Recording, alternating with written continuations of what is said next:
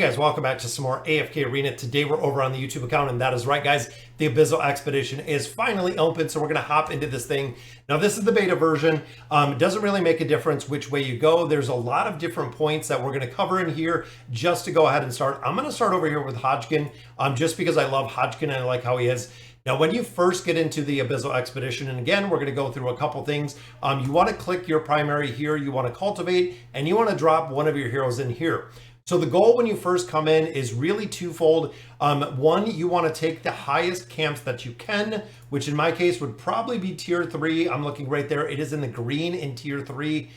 This is a town 1, so it is yellow. We possibly could take some tier 4s, but you also want a path. That is the second thing you really want to do, guys. So looking at this map and where we started, we are actually in this little tiny spot right here. You can see up here in the very top left. Now what we're trying to do is get to, and I know it's hard to see, right here in the middle, guys, because this is the first boss. So this is actually the first boss that we are going to be fighting within this battle, which means, again, the objective at this time is to path to this boss.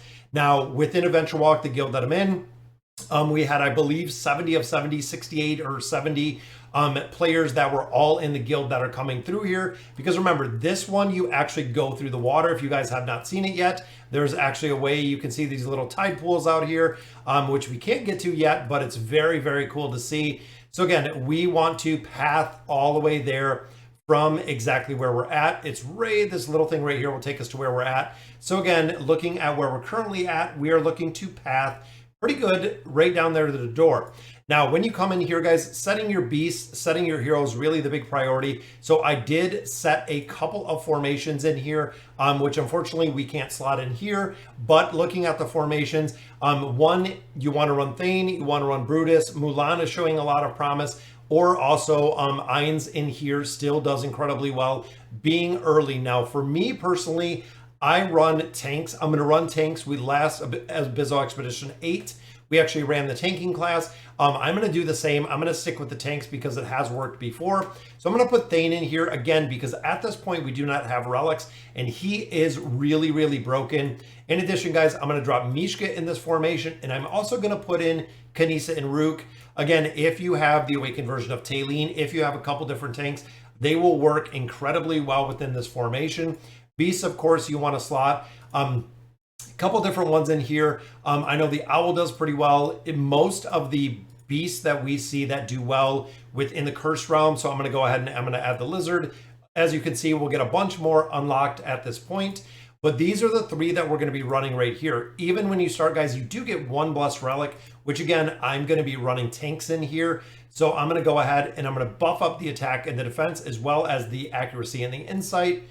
Boom, we're going to build one of these out right on the beginning, meaning that we can get this built and actually built out a little bit more. Again, I'm going tank within here. A lot of players kind of go back and forth. Some run Ranger. Ranger is actually probably one of the easiest just for the simple fact that you have the ability to have dodge within the heroes.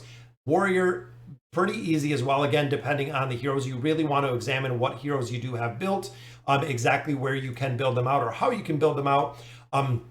Depending again on what you have. Now again, our goal, we're going to be moving right down the coast, guys, to get to this hero or this enemy, which again, there is a way to do it. You can see we got a couple players over here. We're not going to go for the tier 1s. Tier 3s we're going to pick up, or tier 2s right here we're going to pick up, as again, we're kind of mapping down here.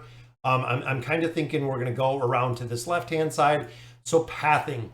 When you start pathing in here, guys, it's pretty easy, especially depending on where you're built. I was running Thane in here. I don't run a path. You can see, guys, I am almost triple the damage that we have in here, which means Thane should have no problem wiping out and killing this entire team just like that. So he is going to be my pathing hero. We're going to skip the reset timer. You can see we get stamina back right there. They recovered 6 of the stamina that it did cost to path. Now, when his stamina is exhausted, I'm going to switch him to actually remove him out of here when the stamina is gone, swap him into another stamina or another slot, and then just continue. Now, the big thing with doing all 3 of them, guys, is they should be able to take tier 3s, tier 4s. Hopefully, when we get down there, we'll have no problem with those camps. Again, pathing, we are doing complete single hero in here. And again, take an examination of the heroes that you have, depending again on the awakened heroes that you have, making sure that you're moving through here. So the first thing, again, well, one of the many things you want to do, guys, is you want to get your settlements, these settlements, guys, you want to get it up to 20. You want to get it up to 20, and you don't want to hold the pathing tiles, because if you look, guys, right here looking at the view, pathing tile gives us 30 and a common relic, a chance at a common relic, but it is giving us 30 essence an hour. When you look at some of these, guys, it is literally double from a tier 2. And then if you can get these tier 3s, guys, tier 3s are rare and 80 an hour, so you're getting over double farming up. And again, when this quiet time runs out, which I believe it's in a couple hours, so 4 hours, the blessed essence, so the essence that I accumulate per hour is going to kick in, which is what we want to. Now, in addition, guys, I do have a Star of Dawn, so one of my fellow guildies hopped in here as a Star of Dawn, so very, very cool to see. That means I'm going to get some bonuses out of here when it comes to taking out these camps. And again, looking, so this is pretty close in deficiency. Be ready to pause this, guys. If I start getting crushed in here, if I start dying, I would run this probably on 2 speed, possibly running it on 1 speed, again, to make sure that you're getting these campaign or these stages down. Now, I'm not going to make the timer on this one, but I'm okay with. So I did miss out on 2 stamina right there. But again, versus putting in another hero that I don't have the opportunity. Now, you always want to make sure, again, that you're putting your heroes within these, because it gives me a 20% bonus yield on the camps right there.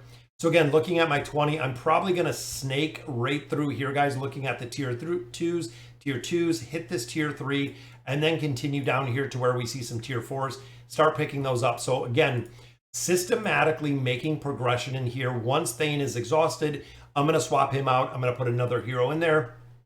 We're going to continue till we get the 20 camps, which again, do not include the regular movement tiles. We want tier 2, possibly tier 3 or higher when we're continuing through here. Again, making it a lot easier. So essentially within, again, those first 2 steps.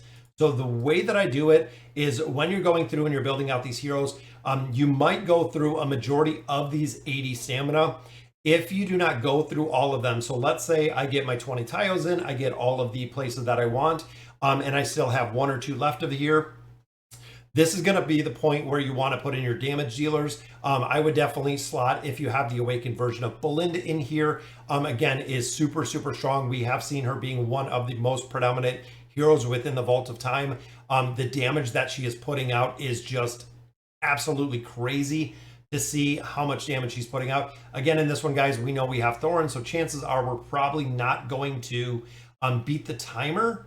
But again, we can kind of go through and we can see what we can do. Slow down the timer a little bit. Again, I don't want to die in this one. Double Thane, even if I did put additional heroes in here, there's a chance that I'm not going to be able to beat that timer anyways, which Thorin is one of the heroes, guys. There's a few heroes in here that are super, super difficult to deal with. And Thorin is absolutely one of them, guys. Thorin is a hero. Due to the timer, you have to kill Thorin twice. That's really the big thing where a lot of players, again, kind of get stuck, is you do have to kill Thorin twice, which is a pain. A majority of the rest of these camps, short of Rowan, guys, look at Rowan in here. We got stunned right there. Again, this one, it looks like we might not beat the timer just because they're running triple support in here. Now, remember, if I reset, so if I go through and I actually reset, and you can see, guys, we're losing quite a bit here. I don't know if we're going to get through Arthur. Once we do, it shouldn't be a problem. But if we reset, we're going to lose 1 stamina on the reset.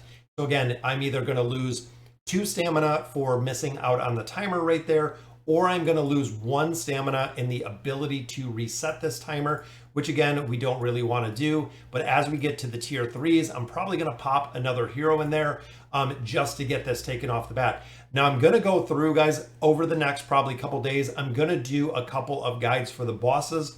I'm also going to do a couple guides for the end ones. I want to go through and kind of do this every day. So when we go through, I want to show a video every day, kind of to track our progression. That way, if players are ahead of us, if players are behind of us, behind us, things of that nature. But I can swap 2 heroes in here, and again, it looks like we're about on par. Now remember, we do have the one relic that I picked up for the tanking class, which is the big reason in here why we should be able to get this within the time frame.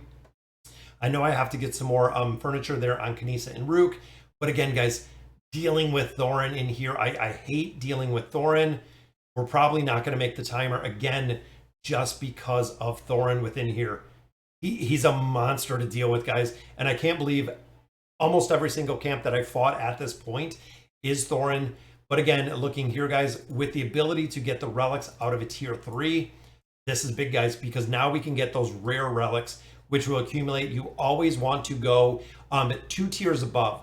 So what I mean by that is if I'm dropping out a tier 3 in this nature, I want a tier 5. If I'm dropping a tier 1, which is what we start with right here, if I'm dropping a village 1, I want to be taking a village 3. If I'm dropping a village 3, essentially I want a town 2, so a tier 5 land. Tier 5 land is really where it is going to stop, guys. If you farm all tier 5 lands, it will be very, very good for you going through and just farming out those tier 5 lands. Of course, you're going to get some 6s, some 7s, some 8s in there, but the tier 5 land is really the staple. Once you get the ability to take tier 5 lands with ease, farm up tier 5 or higher for all of those lands, essentially replacing your 4s with either 6s, or the 4s can also be with 5s, because there's also going to be a lot of progression that is going on at this point, meaning that you might drop a 4 to take a 5, where the tier 5 was just naturally in the way of your progression as you were making it, which again, that's kind of what I'm doing here, guys, is I'm going to snake around here, probably zoom down here, pick up the tier 4 if I can, pick up these couple tier 3s, and then again, continue down here to pick up a couple more tier 3s. I'm pathing with that version of Thane the whole entire way to ensure that I do have all of my paths taken and that I'm using all of the stamina on these heroes. And again, when I get to a point, guys, I'm going to drop out Thane and move him to another one, or I might even go through and add in some other heroes. Again, if I'm not utilizing the slots that we have within here, we can put in a couple other heroes. There we beat the timer, so we beat the stamina on that one. Being able to take that, again, just getting ready for when this cooldown ends, that we're already going to be stacked with tier 3s, stacked with tier 3s and tier 4s at this point, guys, as we continue our progression. All right, guys, so that'll do it for today's video. Again, just wanted to go through and kind of follow the progression that we're making. There's going to be a couple videos about the Vault of Time again over the next couple days. So let me know in the comments what you guys think. And as always, thank you guys for watching.